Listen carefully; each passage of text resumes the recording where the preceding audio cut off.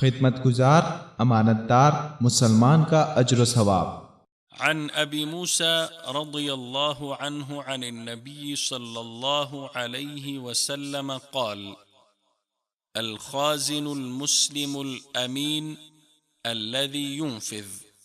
وربما قال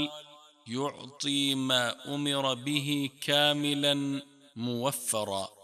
طيبا به نفسه فيدفعه إلى الذي أمر له به أحد المتصدقين۔ صحیح بخاری حدیث نمبر 1438 اور صحیح مسلم حدیث نمبر 1023۔ حضرت ابو موسیٰ اشعری رضی اللہ عنہ نے بیان کیا کہ رسول اللہ صلی اللہ علیہ وسلم نے فرمایا، خدمت گزار مسلمان امانت دار جو کچھ بھی خرچ کرتا ہے، اور بعض دفعہ فرمایا وہ چیز پوری طرح دیتا ہے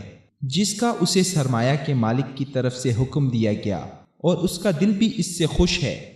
اور اسی کو دیا ہے جس کے لیے مالک نے کہا تھا، تو وہ دینے والا بھی صدقہ دینے والوں میں سے ایک ہے۔